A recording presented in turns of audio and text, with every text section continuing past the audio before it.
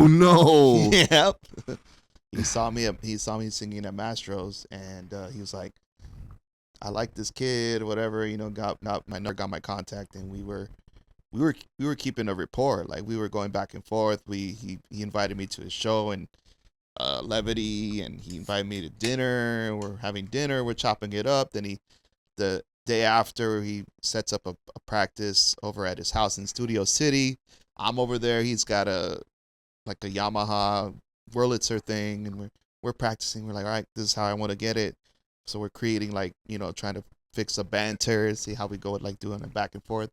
And then COVID happened. And it got so to the point where it's like, he thought he wasn't going to have a tour. I think he had to just work just these little underground spots or whatever. And then finally was able to, when they opened up, he's like, okay, we're doing this. And he was like, we practiced a lot of Boyz II Men songs. And this fool eventually became really good friends with Wanye of Boyz II Men.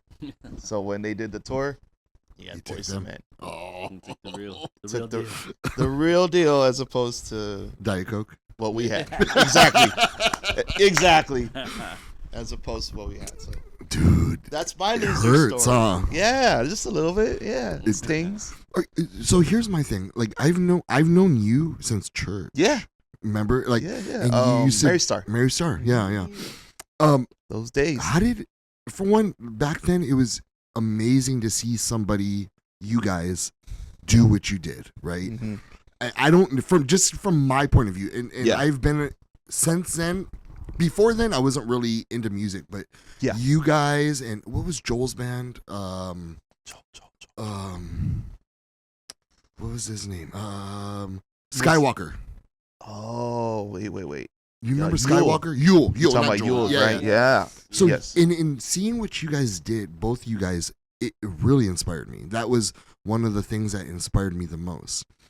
And it all made sense for me when I saw you guys at the Oxnard Performing Arts Center. Oh, okay.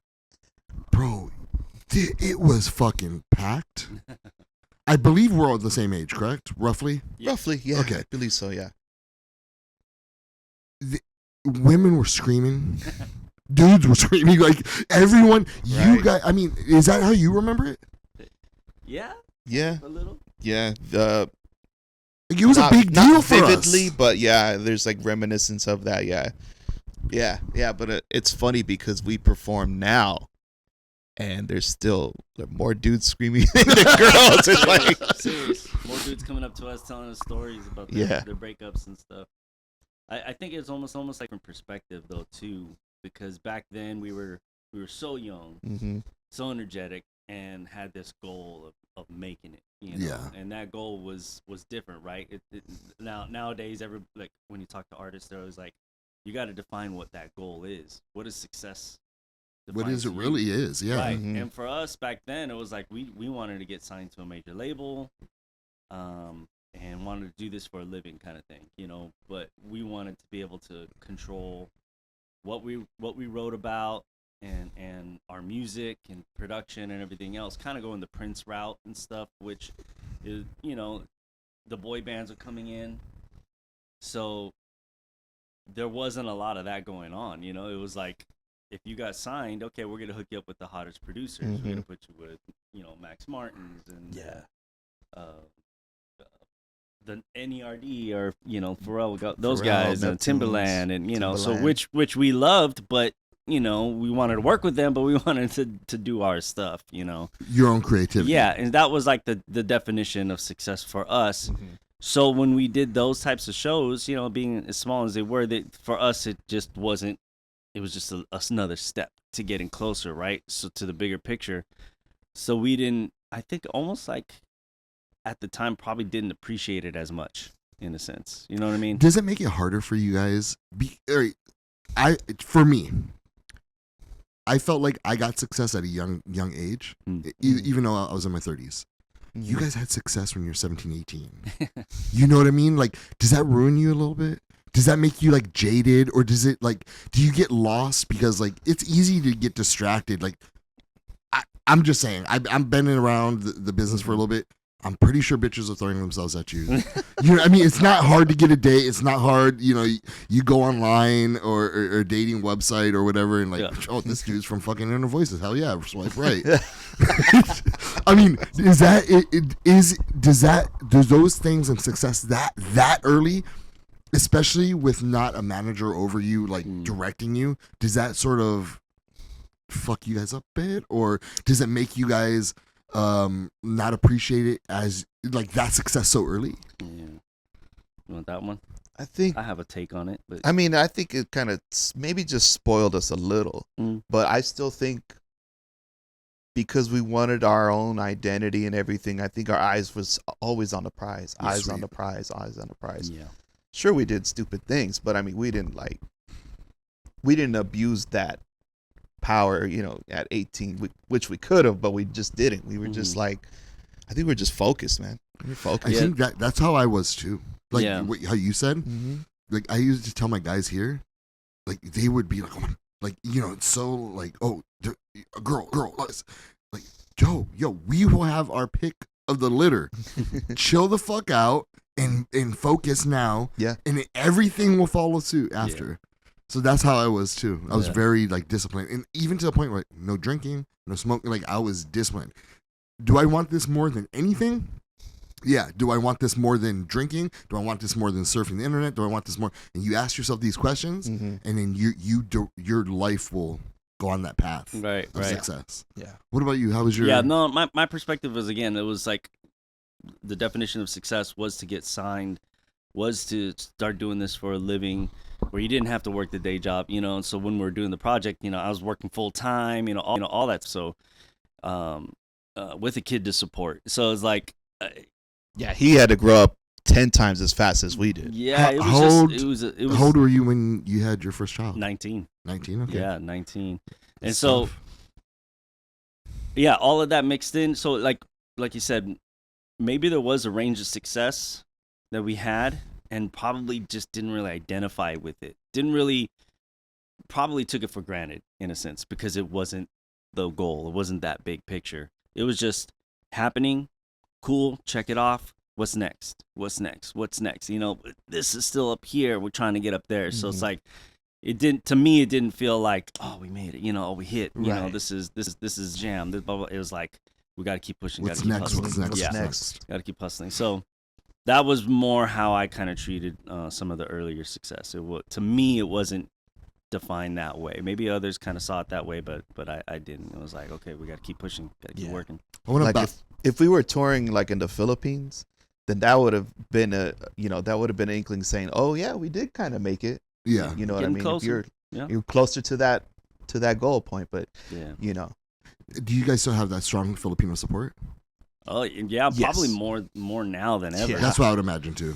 Yeah. Yeah. Looking at every time you look at like the stream countries, it's always like the Philippines that's always up there. The Philippines take care of me too. The Filipino, like, and they're just like, once you get on their good side, it's good. Like, you know what I mean? Like, you're good. Like, I've always felt good with them, and I've even, like, you know, the Felipe from Don't Stop Believing Journey. Oh yes. He's came on here. Nice. Well, yeah. Nice. He's dope. We had him in the magazine. Talking about something. DSB. Nice. Don't Stop. No, not him. Not him. That's I know him too. Okay. No, I'm talking about actual Journey. Oh, actual Journey. Yeah. Oh. That the dude leaves Journey, and then they get the Filipino boy. Gotcha. Yeah. And Pineda, right? That's his name? Pineda. Yeah. And he was, I grew up in the Filipino culture, pretty much in Mary Star, and so I was able to hit him with some fucking zingers, man. Yeah. You know what I mean? I hit him with the Nagbepe Sekalete ang Pusa. Oh, you went in. You went in deep. Like, and he was like, "What are you talking about?" I was like, "That's the Nagbebesekulatang Puso. Was it the cat rides a bike? Is that what that one is? I think so. And then Nang Balita Pare. Like I just knew these like catchphrases, and I was able to make them laugh. And in those in the Filipinos, the Filipino community really responded to that one. Yeah. And then they also respond to like my hauntings, like when we go and do like we went to the Omen House, which is off of Cielo Drive, right next to where Sharon Tate was murdered. Oh. It's like one of the most haunted houses in the world. Okay. And that motherfucker, the community really helped me out with that video too. Yeah. Really. So love those guys. Yeah, it's funny with the world being so much smaller nowadays with social media and stuff like that. Because back then, we didn't have a whole lot to go off of that information. Nope. So nowadays they're just like, oh, okay. How did you guys start it then? Because like it boggles my mind for you guys to get into so many people's lives, right? Right. You guys got into so many people's stereos in a time where it was just, some people had CDs. Right. You know what I mean? Right. And iPod is not even there yet. Nope. No. Not till 2006 or 7, right? Napster was just starting. or Barely, coming around. yeah. Slowly, it was a slow process, but it eventually came. How do you guys? Who do you guys get with to record? And then how do you guys distribute? And then how do you know, like, oh shit, we're not just a bunch of shitty dudes out of the garage or out of Oxnard? How do you guys figure that out? No, we were that. that's exactly what it was. No, we wanted to try writing, and so we had to go. I think we started with the graduation, our coming up for high school graduation. Like, what if we wrote a song? Shout out Channel Islands, Yeah. class of '98. So we wrote a little song called "Another Day." Angelo was already like kind of in his little shack, just making little beats here and there, just kind of emulating a lot of the producers that he loved.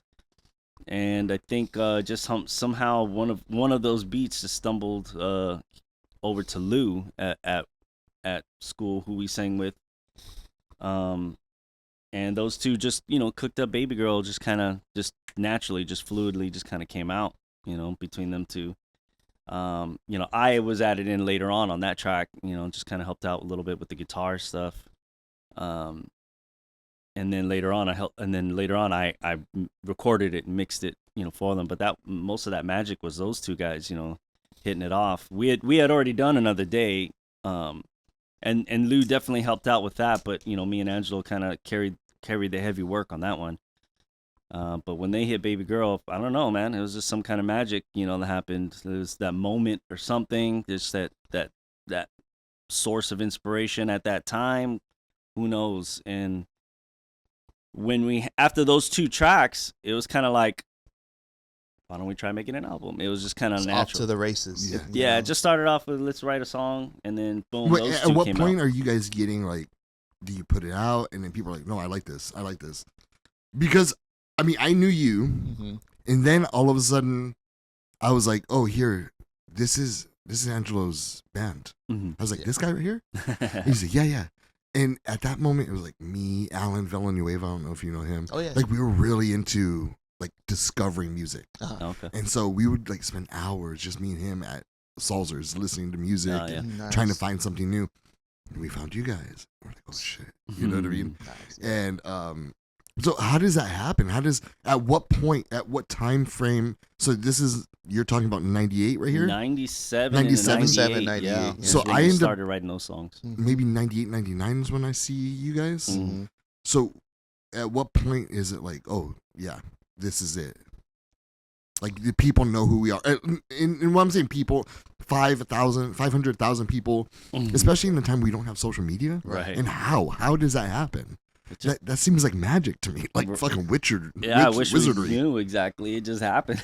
It just kind of happened, but I think the power that we had with Another Day, the fact that you have these two 18-year-old kids, we're totally like, we're arranging everything, Toby and I, and then we bring in the senior class and we're teaching these guys how to sing the song with us as well.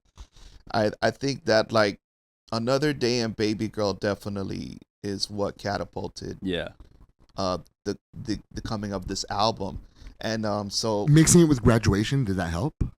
Yeah. Oh yeah. That's kind of So like that's what really that spark. was a spark. Okay, Yeah, that was a with spark. With Lou especially, you know, when Lou came on and these two did Baby Girl, and when people started hearing it, you know, because we couldn't like hold it in, we wrote it and we just kind of, you know, put it out, you know, and everyone's just like, this is my jam, this is great, and when Right. you guys gonna put out more? Yeah. And then it was I kind of remember just, that. we gotta do an album now, though. Let's try writing more, let's try getting signed. I think it was really, it just like, yeah, the pebble just kind of rolled down the hill and just grew because Lou wanted to start putting on his own shows, so he would book us for those as InnerVoices. We would throw a band together, we'd perform, and then when one of those shows came up, we were like, what if we put Baby Girl out as a single? Mhm. So his dad was like, yeah, I can help you guys out with artwork, because he was a graphic designer at that time. He was an artist, you know, a tremendous artist Cake City back in the Village, day.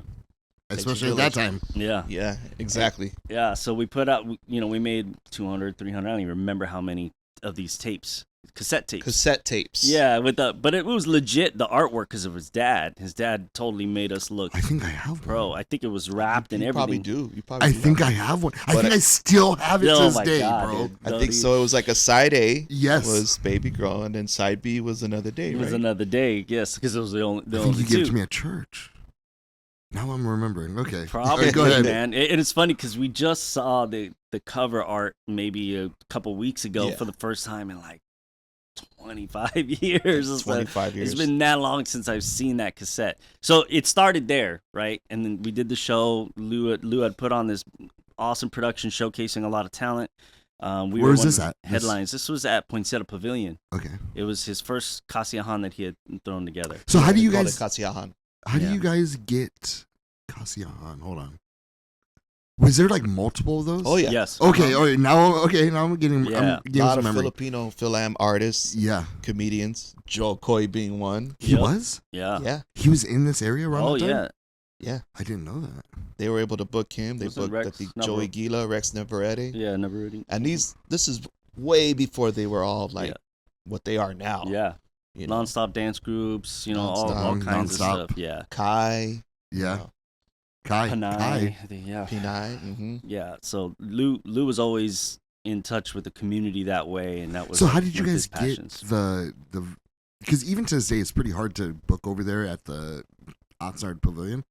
Mm-hmm. How I did mean, that was happen? his magic. That was his Oh, so thing. he I wish was- he was he here was to a talk about promoter. it more, Yeah. because you know he that was his thing at that time. He like this is what he wanted to do, and he would wrangle up people that would support him, and they would put together this group, and they would just boom. I mean, like full on official Like meetings and street get team and financing, all that, yeah, man. all Like, that they stuff were- to get it booked. So they you know they kicked butt on those things. He was able to wrangle all the sponsors, everybody that he needed to get that show going. Yep. I mean, it was really great for the community, Filipino community, Right. community back in the 805. Yep, and some of the people he met with, right? I believe went to UCLA high school, right? So or high school, UCLA University, Yeah. and so they had asked us if we wanted to perform at their showcase. It was a Filipino culture night type thing, so we went and we performed there. We met the group Ja'a, who was like killing it remember at the them, time. yeah. They were huge. And then those guys that were affiliated with Ja'a and their like friends and stuff that were helping them promote their CDs, because they were putting out albums, acapella albums and stuff like that, just cover stuff, and some originals. They love their sound, they love their originals. They saw the talent, and then they were like, you know, we're trying to put together this independent label. We're calling it Unity Music Works, and you know, we'd love for you guys to come, you know, be a part of it. We also have like this kind of ska punk band, live band and stuff that's doing. So we want to spread out kind of like these different genres and stuff. Who was and that? operate. Who did they have for the Mango ska? Pirates. Yeah, Hmm. and they were great, you know, and you know, but it was a great idea because it was like all three different worlds, you know, but all on one label. And these guys, you know, like a lot of them were like business students and you know, all this stuff. So they were using what they were learning in school and their connections, and just it was In like the a real student world. project almost, yeah. And so, you know, they would get together other kids and create this street team to help just promote by hand, flyers, T-shirts, whatever, getting it out to the masses and stuff That's like how that. it was So back in the days, baby. that's just- No yeah. social media. So Yeah, they were just- a big help to us as far as like when we first started. But again, it was a long process for us in the writing. It took 2 years from when we started those 2 tracks, 2 years of basically me learning how to record and mix, master this stuff.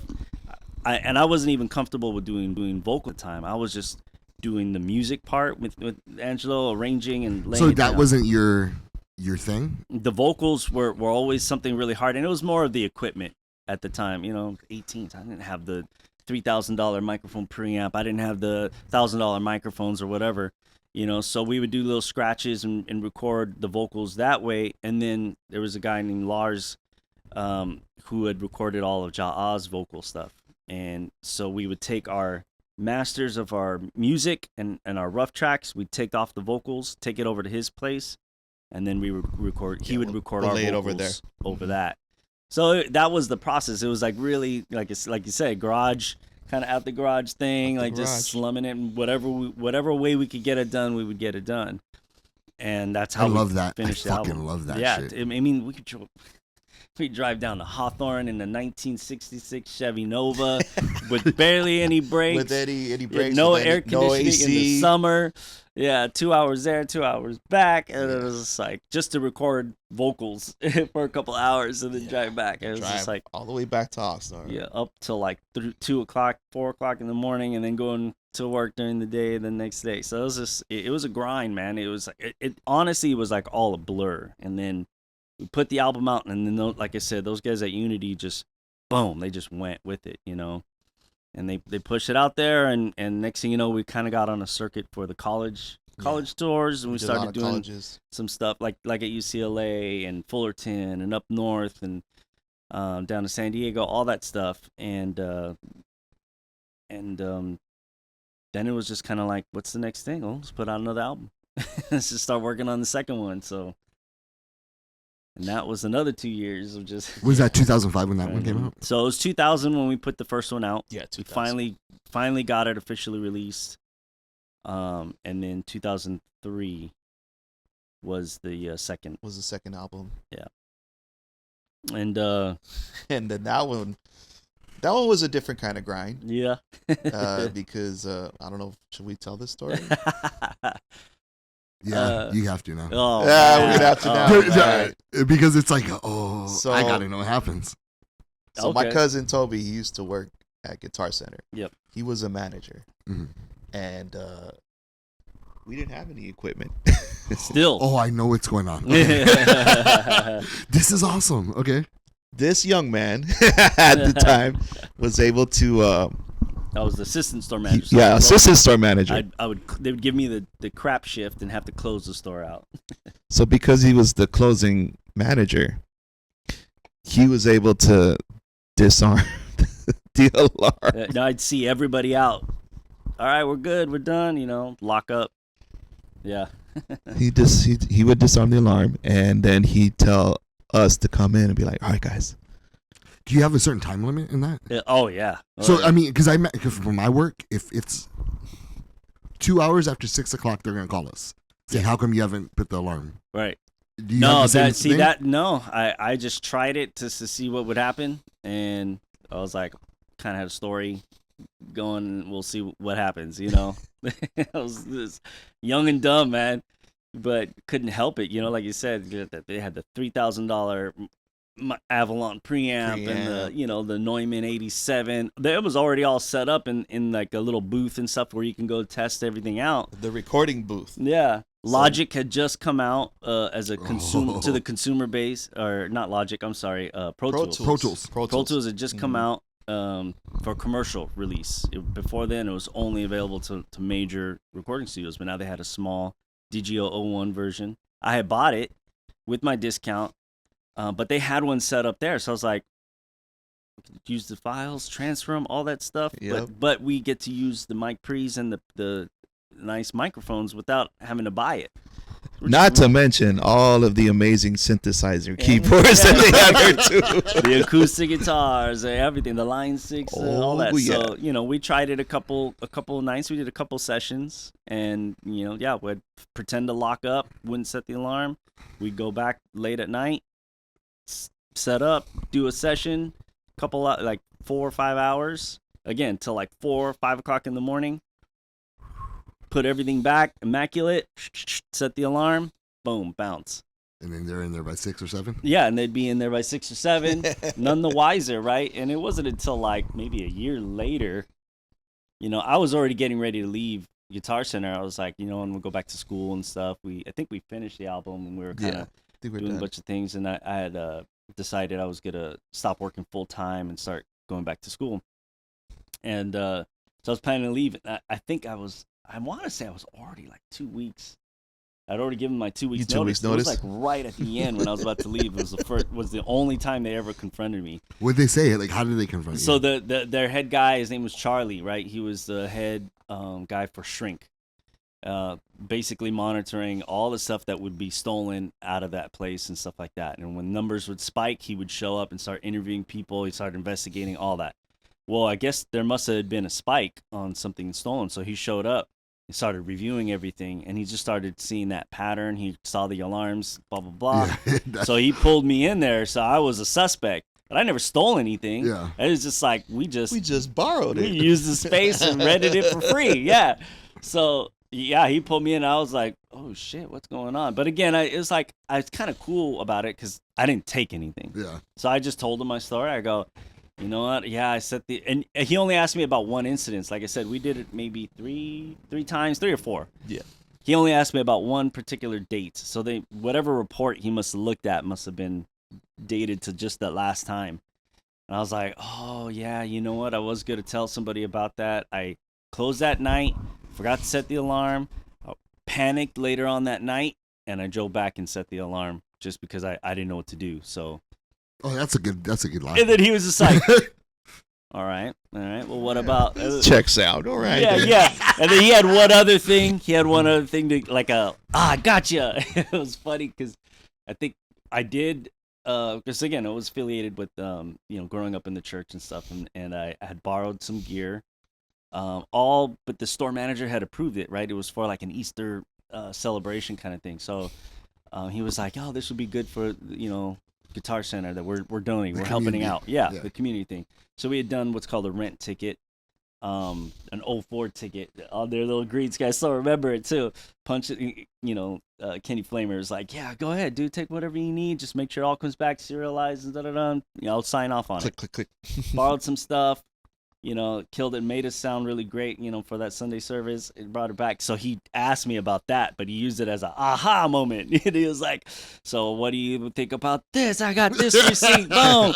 You're done. And I told him the whole story, and it was all legit, right? And I was like, no, Kenny Flamer signed off on this. He's like, so I can pick up the phone right now, call Kenny Flamer, who's the manager at Sunset right now, the GM, and tell him the story, and he's gonna prove it. And I'm like, yeah. And he's like, okay. And he's like, again, he goes through with it. He's like, I got this guy. I know he's freaking lying to me. He picks up the phone, he calls Kenny, and he's like, no, yeah, I signed off on that. I let him use whatever he wanted. Everything was returned. I double checked to make sure everything was checked in. He's like, okay. And this guy was like, he had to have been half Samoan because he was big dude and just always played the role. Like he was always mad. So at that point, I was kind of like shitting bricks, but because of his intimidation. But at the same time, I was like, no, I did everything legit. Yeah. You're gonna get your ass checked right now, and he did. It was funny, man. But it was like it's stories like that, man, where you're just like we did whatever it took at that time. Borrowed gear, rented gear, yep. had friends that had a hustle. I love that. You know what I mean? Hustle, man. Hustle, grind. I'm pretty sure anybody that's ever worked at Guitar Center probably has a Guitar Center story. Yep. Now we just go back and play the instruments and dream. Yeah. The old days. One of the Is things. there anything I could do for you? I'm like, no. Thank you. Let me know if you need any help. One of the things I really remember is Angelo. Yeah. I would always picture you as this like mad scientist. Like it was almost as if we lived on the same planet but different dimensions. Right. And I can see your mind always turning, or it was very unlike other people, right? Mm-hmm. I would see you at church and you'd sit at the piano and you're just running through things in your head. Yeah. Even outside of church, it wasn't like a social setting for you. Right. And I can see even in social settings, you're sort of grinding and like I can see your eyes moving. Yeah. Or when I had college with you, I had college with this guy, right? Yeah. And we're literally sitting right next to each other. Yeah. And he's like out at this moment. I'm not sure. Maybe you're on some shit. I don't know. But you're like, yeah, whatever. So you were like being loud to the guy, to the teacher. Yeah. And then, but then, oh my god! But then there'd be other days where you just come in and you had like this book or something. You start writing or drawing or something, and it seemed like you wanted to write forever. Yeah. What was your sort of, and until I sort of started working with you professionally, like I was like, oh, your heart is here all the time. Your heart is in this spot at all time. Everything else doesn't matter. Yeah. From an observer, how far am I off from this situation? And how close am I? Believe it or not, you're not that far off. You are not that far off. You're pretty spot on. I mean, here's the thing about me. When I was in high school and everyone was like hanging out, right? I had two places I'd hang out at. One was the drama room and the other one was the band room. And while everyone was doing their things, picking up on chicks, whatever, doing high school stuff, right? Getting into trouble, I'd be in that band room and I'd just be playing the piano. And then when they got a keyboard, I'd be in there learning and just tinkling on sounds. Oh, that Rhodes. The Rhodes too. Yeah. The Rhodes. We found out they had a suitcase Rhodes, and he was just like, glued. I was like, like white on rice. I was just on it, man. And Mr. Ingalls, he said, "You like that?"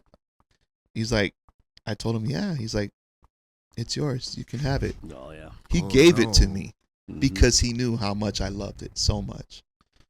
And yeah, they weren't using it, just sitting there, and that thing is huge, right? Heavy. Huge. And this dude, sucker, the guy hands it to him. I'm like, just hand it to me. Free of charge. And we probably did realize it at the time too, how great it was.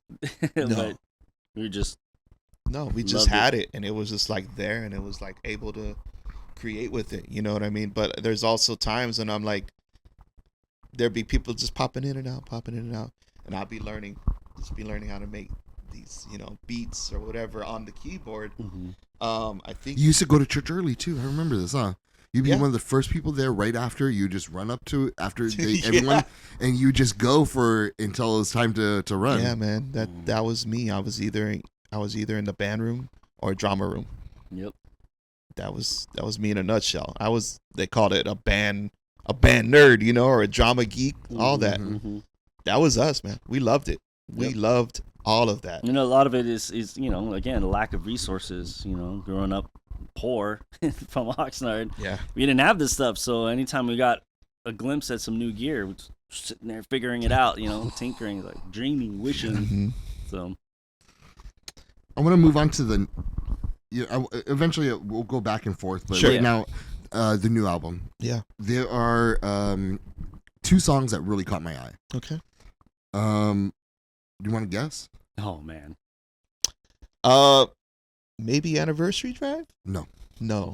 Okay. No Greater Feeling? No. Oh, okay.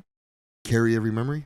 Ah. All right. Yes. And is that sort of like a country song? All right. We've gotten that a lot. I don't like country, bro. Right. But the words and what you're saying in it fucking hurt me. Like it is. I know what that. Yeah. I know that. It's funny because a lot of our generation, cousins of mine, they're all the same age and stuff like that. They're all turning into country nerds, and they love it because it's almost like a lot of country has become the new R&B in a sense. Yeah. In the storytelling. Yeah. Or even just in the sounds and the progression. And the production. It's like they call it country because they sing like this, but if you were to just sing it like in their normal voice or whatever, or whatever, no disrespect or whatever. If one of us were to sing a country song, we would sing it R&B and it would sound like an R&B tune. You know what I mean? So it's like that's an interesting point. I've noticed that, like, as a social experiment, observe people watching that country music has a lot of R&B, soul twang to it. Just has that twang in the way they deliver in the vocal performance and stuff. So I think that's why a lot of our generation is so appealed to it. So yeah, Lou brought that track over. Yeah, that he was really actually did. the first song that we recorded. Not the first song we recorded, but the first song that we wrote. First song we wrote. Yeah, he came and this he's project. like, I want to kind of go with a Justin Bieber approach. So okay, we're like, okay, so you want it kind of pop, but then we kept singing it over and over and over again, and I think it just one thing led to another. You know, Toby started doing a little guitar, and it just kind of had like a twang feel, but he was just hitting the acoustic. But I think what brought it was when you started doing like the slide, the guitars, the guitar slide, guitars and that's when it Yeah, started, the you know, textures on that, really yeah. feeling like a kind of like a country song. Yeah, I mean, Lou had that because when we said, okay, we're gonna do this project. Yeah. And just like I look at Angelo, I'm like, dude, I know you always have stuff. You always have a pot of stew going. What do you got? And he's like, for this, I don't really have much. I might have one or two. And I'm like, all right. And I told him, like, you know what? I think I have the same. I probably have one song that's been brewing in my head for years now, and I just never really had a reason to try to finish it. And then maybe one other one. So I got maybe one or two. And he's got, I got one or two also. And then Lou's like, I got one. Done. We're like, done? He's like, yeah.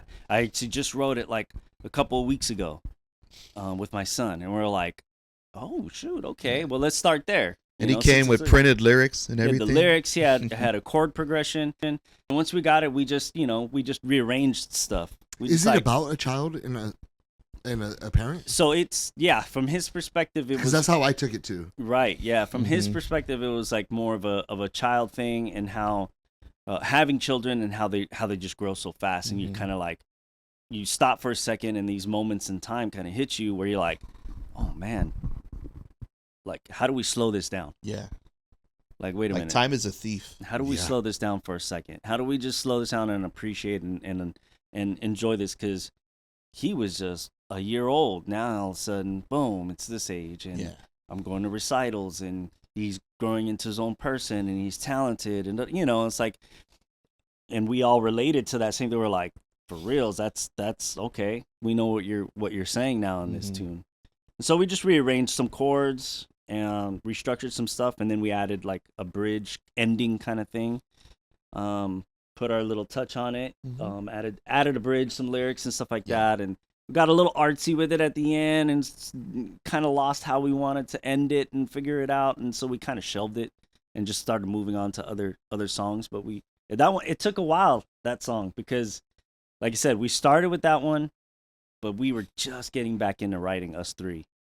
So we didn't know how we were all going to work and get this thing done. So it was like, it went through a couple of iterations for sure. It was just like riding a bike again, learning how to ride that bike. It's like, you kept falling. So rusty, man. You kept falling off and getting back on. And it's like, it's really true. But once we stayed on that bike. Yep. It really hit with the second track, which was Anniversary Drive. And that one just came out of left field with this guy. It was a good one too. Man. Thank you. I love that one. What was going through your head when you were making that? Is that somebody, or is that Anniversary Drive? Yeah. So, is that a real experience? Or is this just you and your other dimension? No, this is just us in our dimension. But I think the cool thing about it is like it just felt so good. It was a feel good kind of, top down, let's go cruising type song. It feels like an oldie. We call it a souldy. The groove. Soulful oldie. And I mean, I literally just came up with it. I'm like, all right, let's just do this right here. Dun, dun, dun, just coming up with the chords. Toby came up with the guitar, and then I made the drum beat.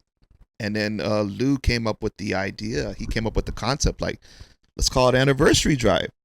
And it's basically you're celebrating your anniversary. And it's like, well, what do you want to do today? Like, let's just do nothing.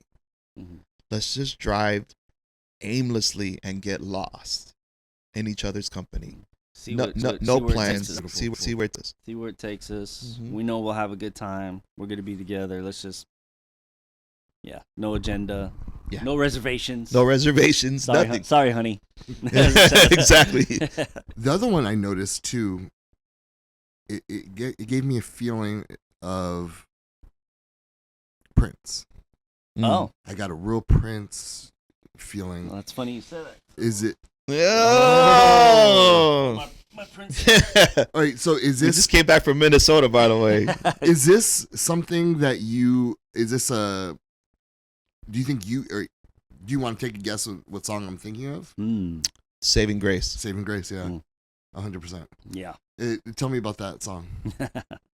And is it intentional? Is that the vibe we're going for, or is it just that's An what element. happened? An element of it. Yes. Yeah. For sure. And there's a fucking solo in there. Like, when do we get solos? We don't get solos in music no more. My boy shredded his He face did. off. Exactly. He fucking We killed don't get it. solos in, that's true. We don't. Not for radio tunes. You're like, Yeah. And it was so beautiful. Like, sometimes a solo can be a little overwhelming or a little Mhm. too much. Yeah. Sometimes it can add a whole new element and bring you up to the next level. Oh And yeah. this is baby. what that was. oh, It wasn't thanks, in man. your face. It was really complimentary to what was happening.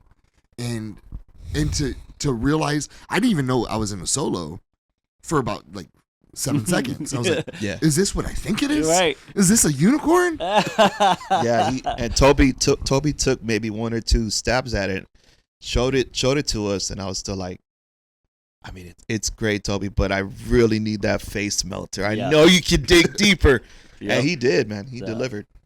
That's Is it all of hard his to solo. demand that from your partner? It might be for other people. Is it hard for you when you guys are? It might be for other people, working with other people, but for some reason, because we grew up together, coming from him, I know he's just, I trust him. You know what I mean? So when he tells me, okay, cool, put your head down and get your ass back to work, and like I trust that. If it was coming from someone else, I probably might have a little bit of ego and be like, Fuck Lucy, you do it. You know what I mean? I might do that a little bit and stuff. Yeah, Exactly. I'm not gonna lie, but with this guy here, because we've been, from womb to tomb, basically. Tomb, homie. Like, yeah, and I just like, if ever we're going to, telling each other how we can do it this way, we just want to see the best. Yeah. Out of everyone, because Mhm. we know what they're capable of. Mhm. Like, Lou sings it one way and be like, hey, Lou, I think we should come with a different approach. Let's go harder on this. And he agrees. Yeah. We get it done. I mean, because that's what we want. We don't want good. We want great. Yes. You know what I mean? We want greatness. And it also is hard when you're working with a group of people. I've literally had this radio. It was radio first. It was pirate radio. Mhm. That's our that letter right there. It's from the FCC, man. We're pirating radio Oh wow. waves. Yeah. Okay. They're saying, "Hey, you're going to jail. you're going Yeah. we're gonna shut you down. Turn this shit off." And so then we went to online, Uh, and then we created the magazine. We did the music awards, and it's always the one thing that was really hard for me, in retrospect, is demanding greatness from the people around me. Yeah. Because Team. listen, I didn't care about friendship. Mhm. I just wanted results. That's it. Yeah. And at the end of the day, I felt like I made such a big mistake Mm. because COVID came and it was all over. So I was just a fucking asshole to a bunch of people for no reason. Yeah. But we got far. We could have done more. But then you sort of when something like COVID happens, you're left with what remains. Mhm. right. Mhm. And so you're sitting there like, I could be here in any other situation, I'll be here with a boatload of cash Mhm. or a boatload of friends. Yeah. And I fucked them both up. Mm. You know what I mean? So Yes. it was really hard for me to, this wheel right here, it's called a wheel of accountability, right? If you don't do something, if you're tasked with something for a show and you don't do it, you spin that wheel. And on that wheel are ridiculous shit. And Yeah. if you don't want One to... is death. Let me see. Or Well- 9. Which one is it? No, there's no death, but Oh, there's okay, okay. something called raccoon eyes where we put balls and chocolate syrup and put it on people's eyes. So you look like a raccoon. That's And if you don't want to do it, you're not part of us no more. Oh my You leave God. that day. And very few people, only one person in history is left. What? Only one person in I've history been is gone. left. So, you know, when I see that situation, it's like, oh fuck, you know what I mean? It's tough to really demand, like you're saying, greatness. Yeah. So yeah, we have this like ongoing joke that we'd always say with each other, like when we sing or we do anything, we'd always say, "Good enough, good enough." Yeah. good enough." To us. Oh, you know what? That's good enough. How did you guys come back together, and define your musical chemistry after so long apart? And how does it even come together? Do you guys say like because Angelo's in the scene permanently, Right? That's his place. It's his Everybody knows. Like I booked for years, and everyone would say, "What about Angelo? What about Angelo?" Yeah, you know what I mean? And people loved Angelo. You know, I worked at the Six, and that's they fell in love with you over there, right? Yeah. It just takes a little bit for someone to fall in love with them. How did you guys like? You know, I'm imagining you guys are off doing your own thing. And how does it come back together? It started a couple years ago. We got invited to do like a rewind kind of show with some other artists that were around the same time, same era, 90s, late 90s R&B, some early 2000s and stuff. And it was a Filipino hosted show. They wanted us to come perform. So we looked at each other. We said, dude, we haven't done anything like this in a long time. Yeah. You guys want to do it? And it took a little convincing for Lou. But Lou was like, all right, I'll do it. If you guys are down, Where's he at? Is he in Ventura County? Yeah. Okay. Yeah, he's in it. And so we got together, we did a couple rehearsals, and then we were like, let's advertise it. You know, start a little Instagram thing. Lou, Angelo did and ran it. You know, put some stuff out there, see what happens. Went and did the show, and it was just like the amount of people that were there, that were just the energy. It was surreal. It was like, man, we haven't done this in 15, at least performed as a group 15 years, but in this kind of venue, it had to been almost over 20 years. So we didn't know what to expect. We were just gonna go do it. We went, we did it, and then when we got to like Baby Girl, like the ending, like already the energy was great. When we got to Baby Girl, it was another level. Like we didn't have to sing the song at all. Oh, they flipped out? All of a sudden, verbatim, word for word. They put the mics down. I was like, go ahead, sing it, you know, and they're just singing, verses, choruses, top to bottom, the whole thing, just singing every single lyric. And it was right at magic hour. The sun had just gone down, you know, so it was just like beautiful. We could, because usually when you perform, you have all these lights, right? And the audience is dark. You can't see that. But the slot that we were in, because again, we hadn't performed in over 20 years, we kind of had the earlier time. Yeah. But the lighting, you could see everybody's faces. You could see everybody having a great time and just singing the song. And we're just like, this is crazy. And then we got another call to do another one. And eventually it was just like a third one. And then we're just like, hey, we got to do something about this. Like, if we don't try to put something out, are we missing an opportunity here? You know what I mean? I think, yeah, that's 100% assessment on that. Yeah, we're missing that opportunity, and that's really what kind of started it. Like, then we sat down, and we're like, okay, well, because in the back of your head, you're like, I mean, you had to have all of you guys been thinking, or we'll do it one time, we'll do it again one day. I don't know, like, did we? You didn't have that in your back of your head? I don't think so, bro. You guys have that IP, and you don't think of nostalgia? Not really. You see these people in the 90s, Salt and Pepper getting paid like a motherfucker. Right. Showing up to any fair that would have them. Yeah, though that's the thing. I think maybe if we did have management or, you know, some kind of other group, like, again, Unity Music Works was great, but they were just students, right? So it wasn't like a professional, huge label and stuff. It was just a starter. When everything ended, it's just like, okay, turn the lights off, close up the shop.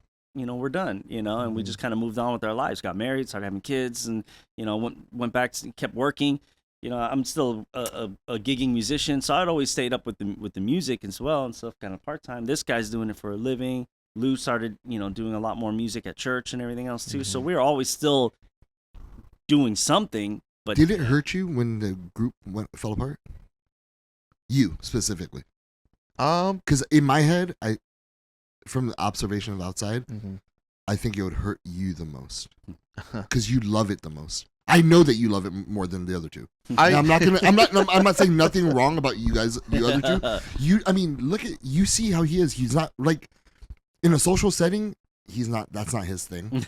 You know what I mean? And this is the most me and him have like really vibed in our whole like career because it's about music, right? Right. And if it's not about music, fuck off, pretty much. Yeah. And I love that about you. That is more people need to have that love to love something so much.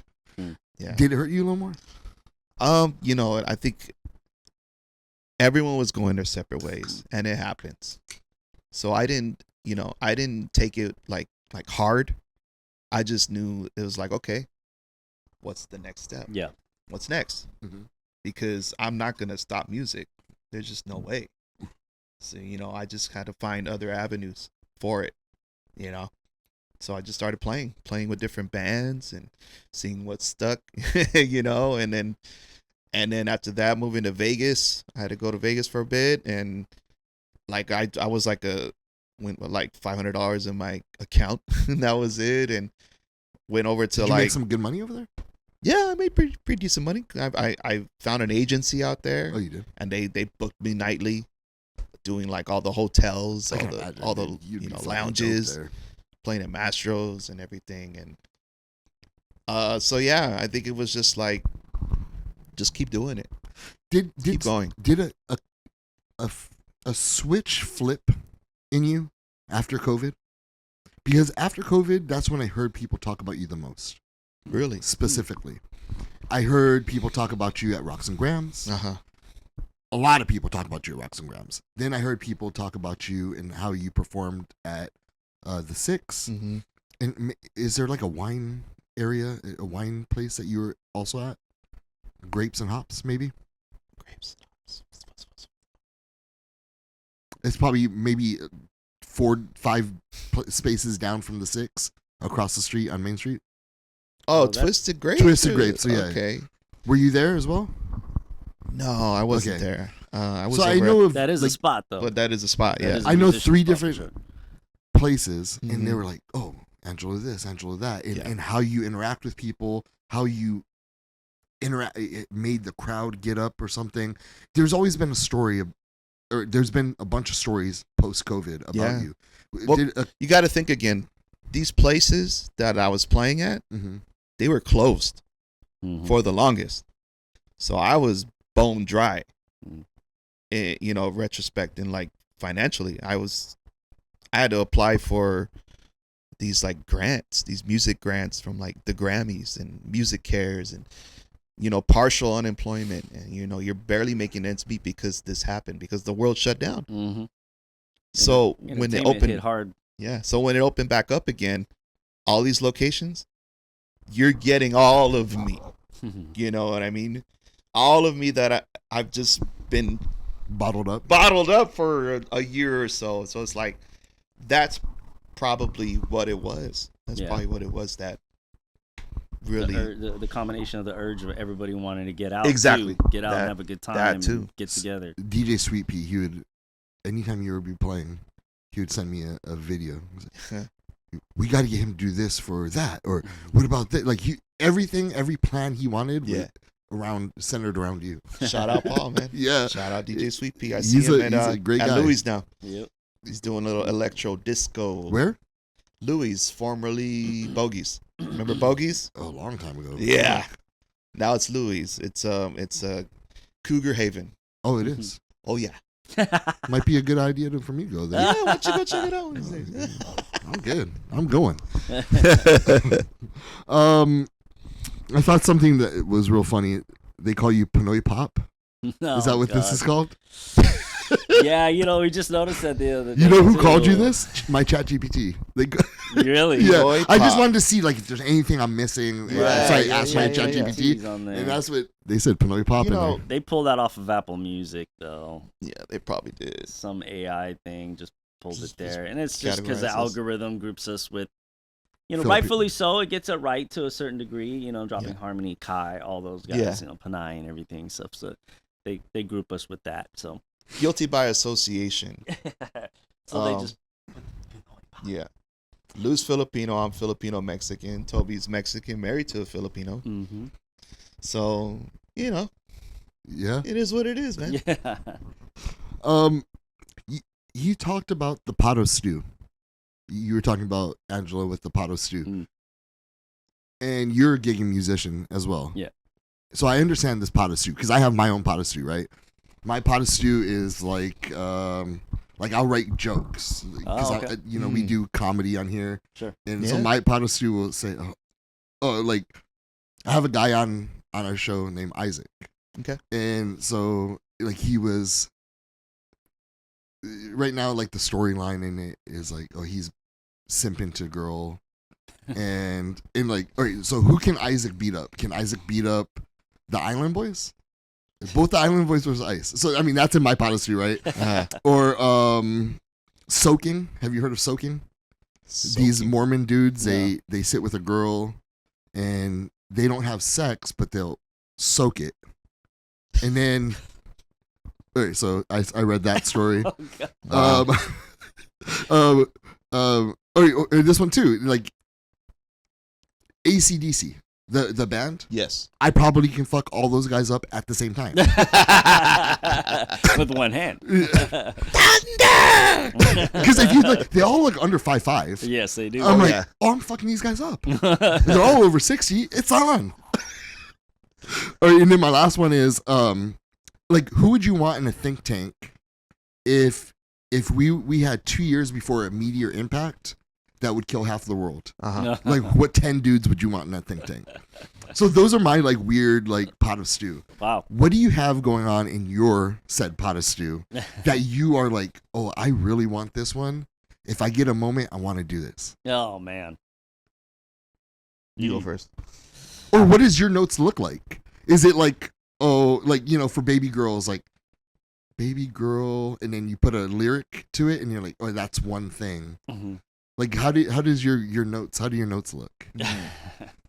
When it comes to working on these projects? No, not just in general. Yeah, because we all have our own personal like thing that's going on in our head, right? Right. Well, I want to say it's more of like, I don't know, kind of cliche, like bucket list kind of thing. Like Angela always says, never meet your heroes kind of thing, but you can't help it. You want to. So like just recently we went to Minnesota. We did that gig.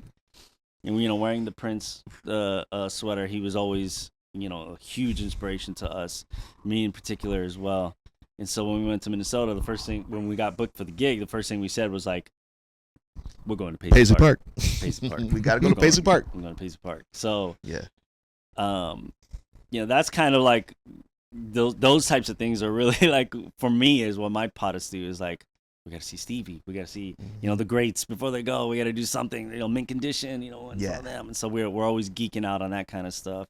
But yeah, going to Paisley Park was one of them. Like, dude, okay, when we get there, what are we expecting? What are we trying to do? What do we, you know? Yeah, I was just kind of brewing on that, but I'm not sure. Yeah, take pictures. That's the funny part, right? So they, as soon as you come in, they pat you down like it's TSA. Oh shit! And then they give you that pouch, tell you to power off your phone. Stick the phone in the pouch and magnetically seal it. So you have your phone on you, but nah, you cannot use it. So they're like, yeah, but they're trying to keep that tour alive for as long as possible. Exactly. Otherwise, everyone film it and it's on YouTube and then no one will go. So they'll be like, well, I already saw it for free. I saw Paisley Park. Yeah. I'm not going to pay that much. You don't think that's weird? Like, people are okay nowadays with not experiencing it and just looking online and say that they experience it. Laziness, man. You know? Sad. It is. Like, you understand how much of the world and how much experience you're really missing? Yeah. This is the worst thing to me, is when somebody pays a lot of money to go watch a concert of somebody that they love, granted, but they film the whole thing. The whole freaking concert with their phone like this, and it's like, you need to stop that. Soak it in. You know, that's why it's really cool that, you know, Bruno Mars, he'll do that. He'll make you like put your phone in the pouch, power it down. Yep. Be here. And just be in the moment. Just experience it. Sing with us, dance with us. Sing, dance, feel. Feel it. I think the world we live in now, we don't want to feel. it's hard. It hurts to feel. No, because we're consumed by a little fucking box like this all day. Constant fucking dopamine hitting. Dopamine. And I need this. Yeah. Every time. And it's like, dude, I had a pretty decent time. I was at Louis. It was on my break, and my phone was dying. So I had it charging. So I just had my old fashioned sitting there, and I was just like,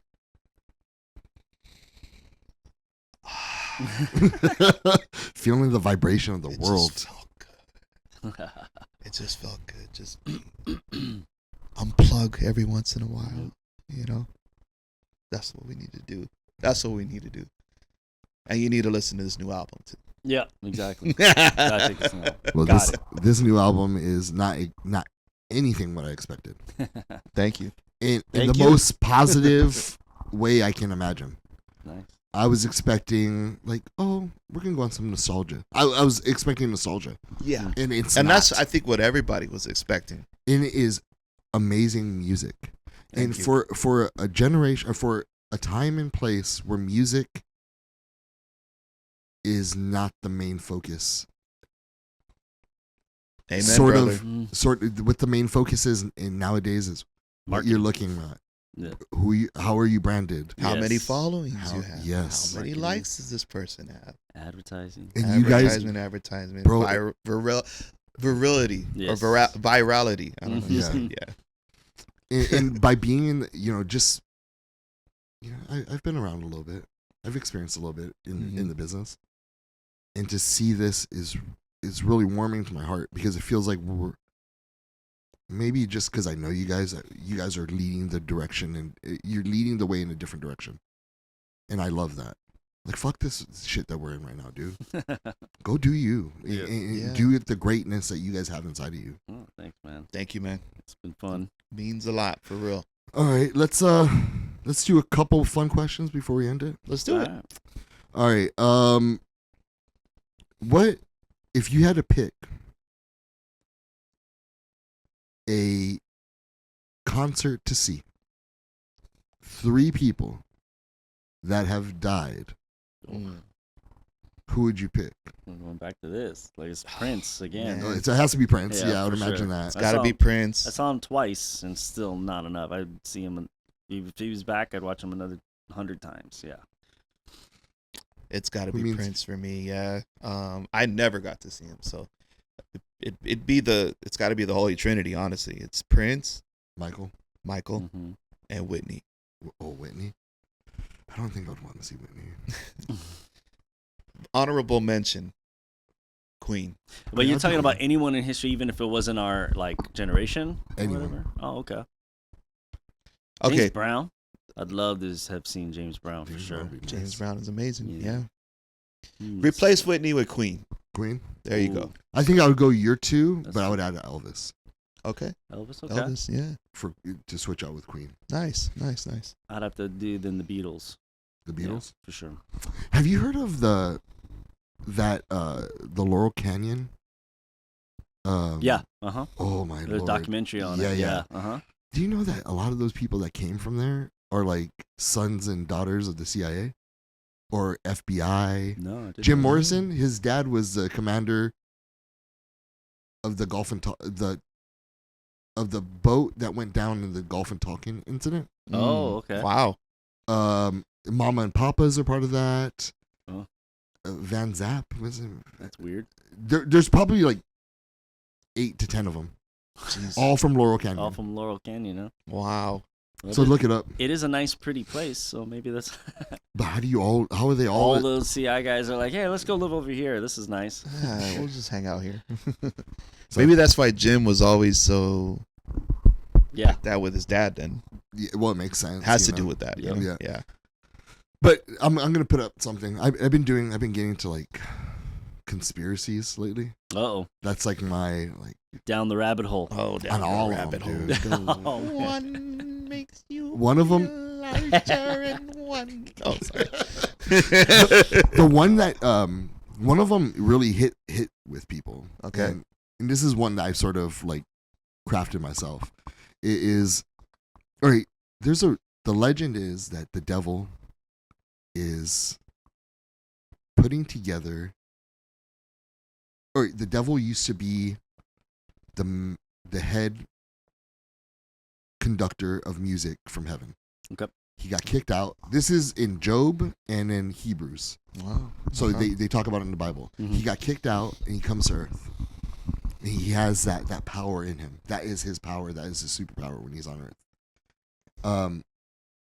Then you fast forward to early 1900s and a guy named Robert Johnson. He's 19 years old and they fuck with him. You're not good at playing guitar. Yes. You ain't shit. For this story. He leaves. He goes to try to learn different strategies, and he's walking from his town. He walks across the crossroad. Crossroads. Oh, crossroads. Yeah. And that dude, he ends up. They pick him up, or he sees a dude at the crossroads. He goes, "What's wrong?" He goes, "I don't know. I'm just not good at nothing." Mm-hmm. He ends up saying, "Hey, what if you had one wish, one desire? What would it be?" He was like, "Just to be good at the guitar." He goes, "How about the best?" He goes, "Let me see your guitar." He tunes it. From that point forward, Robert Johnson was the man. Oh, yeah. Until he reached the age of 27. He dies. And then he dies, yep. And you have over 50 musicians that end up dying at the age of 27. That day, 27 to 27 Club. The 27 Club. Yep. So that's a conspiracy. That's one where you're just like, oh, the numbers game to back it up. Ooh. How old was Amy Winehouse? 27. Oh, All right. Jim Morrison, 27. 27. Kurt Cobain, 27. Yep. Jimi Hendrix. Jimmy. Janis Joplin. Janis Joplin. Jimmy. Mm-hmm. Yeah. There's a shit ton. Oh, man. Pretty creepy. Yeah. All right. My last question would be this. I have two questions. Okay. What is your favorite old school song, and what's your favorite new song on this album? And then when all is said and done, what do you hope the legend of InnerVoices is? I hate these questions. You man. first, bro. The ones where you have to pick the songs, like best, man. You know exactly what it is. No, That's so I don't. rough. I don't Old school? because we love so many different styles, man. Grew Yeah. up with so much different types No, of music. your and music. artists. Oh, okay. Your Old school. music. One of our Music. favorite Yeah, your music. old Yeah, school yeah. songs. Oh, okay. Those are your babies. Yeah. Okay, I okay, loved okay. the second album. Working on the second album, we were a little bit more mature. We had top-notch gear. Thank you, GC Studios. You know what's funny? I just remember that too on the credits for the CD. I think I put GC Studios. Put GC Studios. Yeah, Oh, so my God. You're a good dude, huh? that little Easter egg was always there. Working on that one, so that was probably my favorite album was fun is because of the equipment, and then I think we were just more mature as writers. So it would definitely be from that album. Favorite old school track from that one. I don't know, bro. It's hard. I really liked You Don't Have to Worry. That was always like a groove to me, you know. From that one, that's why I wanted it as a single, because I thought that people would just be able to bounce to it nice and easily. So, but I would have to go with probably. Damn, that's so hard. I hate doing this. Slow Jam of the Year. Slow Jam of the Year from that. Oh, you took mine. Did I? What about new one? New one. Oh, from this album, Mm-hmm. favorite. I'm gonna be a little biased. Always New. Always new. Always New. Yeah. What about you? Well, now the slow jam of the year is taken. Shoot. We had some good ones. Man. Do You really brought it out on me though. There you go. Do You. I think that was just the time when I was Second album. on Real Sessions. I like was that one, really too. going through some Yeah. heartbreak. And I always dubbed that one as Baby Girl Part 2. I had that one on, like, when I was in the service, right? And that's one of the ones I put on my.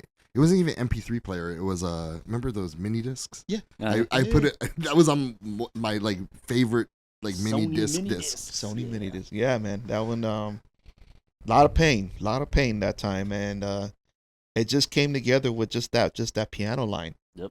I Just remember. a bing bing I remember starting recording there, that track. Yeah. and then it just went.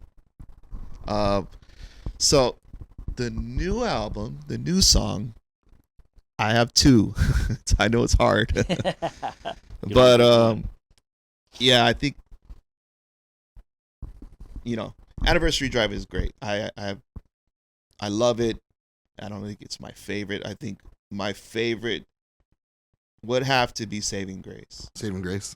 Yeah, it's just like, I think it's like 3 minutes perfect. It's like our harmonies, our arrangements on that is like so spot on, and then the guitar solo and just the synth, but kind of modernized production. Yeah. Really takes it there. And then honorable mention is No Greater Feeling. And I'm biased on that because all our kids are on it too. That too. Yeah. So it's just about, family. Yep. The main thing for us. Family, friends. People we chill with, just getting together. All these years, we just pick up where we left off. You know what I mean? It's just like, it's a beautiful thing. It's life. Yep. That's what it's about. And it's got a West Coast banger you could two-step and slide to. Oh, yeah. We got to get Kendrick on that one. Yeah, we're just going to get Kendrick real quick. All right? Get him? Yeah. Anderson Paak. And Anderson Paak. Well, shout out Anderson Paak, Oxnard, 805. I see you. Let's go, Breezy. Come on. Yeah. Our old drummer. Oh, for real? Oh, yeah. You guys used to fuck with him? Oh, yeah. Oh, yeah. Oh, yeah. No shit. Yeah, Paak played drums for InnerVoices. For the second album. When we did the second album, I played all the drums on the drum tracks for the recordings. But when we do our live shows, we're like, man, we got to bring a band. Like that's how we showcase. Did you guys float him the album yet? Say again? No, we haven't. We're kind of like not doing it on purpose. We're just kind of like, if it gets to him, it gets to him. We're not trying to do that. Yeah. He's a busy man. Yeah. Busy man. Hey, he can have the option. Yeah. So if he Just sees send him this, the album. if he sees this, I'll tag him. I don't give a fuck. I'll tag him. Yeah. Let him know that this is out. I'm gonna tag him too. We'll use side channels. Yeah, we're not. Channels. You guys told me directly, don't do it. I'm like, doing it, dude, doing it. Yeah. Nah, he's a great guy, great drummer, hell of a drummer. That's why we're just thinking, well, who are we gonna get? Pocket. Yeah, he was a young kid though at the time. Yeah. I mean, he's 14 to 16, somewhere around that age when we were messing with them. So I mean, he was just trying to figure it out. When we did a gig 21 and over, at House of Blues. There was a little situation. It's like, well, he's our drummer. Like he's like, okay, well, he's got to stay in the green room, and we got all in the green room. So so all that red tape, but so much, huh? So worth it. He eventually played for his mom's 50th. Oh, my mom's 50th. Yeah. And his brother's wedding. Yeah, my younger brother's wedding. He played at that with us and stuff. So. Yeah, man, good times. But he was already growing at that point. Is he connected in the Filipino community? He's connected in the Asian community. Yeah, because he's Korean. Oh, he's Korean. Okay, Yeah. I did not know that. Yeah. So that because I see him with I just saw. I mean, you guys said this, and then Oxnard, and then he was working with Bruno. Mm-hmm. So I'm like, oh, is this a Perfect connection match, type of too. thing? Yeah, it is a perfect match. Yeah. Yeah, I think that was just a wonderful marriage. I don't know how I think what happened is, and Andy was opening up for Bruno. Yeah. They were touring partners. Yeah. So I think Malibu after that, was it's like blowing up, Mhm. Free Nationals and all them. Free So Nationals. Bruno, I think, saw the talent and brought him on as an opener for him on the tour. Mhm. And then when the 24 Karat came out, and that was huge, he brought him, I think, again on that one. Another tour. And that just really elevated, both of them. I'm pretty sure, like on those tour buses, they're probably just messing around and say, "Hey, what do we?" Well, they would always post about them playing basketball against each other and stuff. So, yeah, they just, you could tell it was just a perfect combination for them. So when they brought Silk Sonic out, and then that's going back to the COVID thing, that thing would have been huge, but it was during COVID. They released the album during COVID. Yeah. But if there was no COVID situation, imagine that world tour, imagine that album dropping when everybody's outside, Yeah. it would have been just a bang. And you could tell they were holding it and waiting. it's gonna open up, and then they're like, we can't hold it anymore. Let's release it to the masses. And it was still, it was such a great album. Won Grammy. Yep. Yeah. Bunch of Grammys. I'm part two. I'm like, it makes me so happy. Anybody from our area that gets put on. Oh yeah. It's like, but it also feels like, it doesn't feel, just maybe me. Do you think, are we losing like part of our magic in this area? I don't know, man. It's or am I just jaded and old? It's so tough. Yeah, I think so. Yeah. I think there's a part of us that gets jaded and old, and so we don't go outside. But there's shaking our fist. Yeah. Get off my lawn. No, there's some old man, talent but for sure coming There's out. got to be some talent. Solos. Oh, Those solos. Those solos. Is Shout a out new to those artist, guys. They got a great sound, great band. feel. They're doing it themselves. They're trying to, you know. I just think it's different because it felt like a community before. Yeah. And now it sort of Once feels again, like this everyone's was just social like, social media. Yeah. So it's a little different time. from It's that. a different time. From that aspect, it feels like they kind of selling themselves more. Like even for us, it feels weird with the social media stuff. You know, like I'll tell you something off camera. I'm not gonna tell you right now, but I got you. You have to do that, and so you know.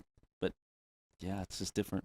It's different. I fucking appreciate you guys. Thank you so much for taking the time. Man, thank you. Thank you so much for being your group throughout my life has sort of been somewhat of a backing track to my life. Oh, dude. From when I was in church to when I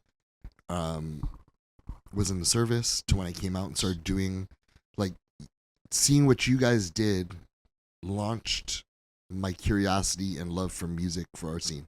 Well. And so I appreciate it. You guys, because of you guys, I've lived an awesome life.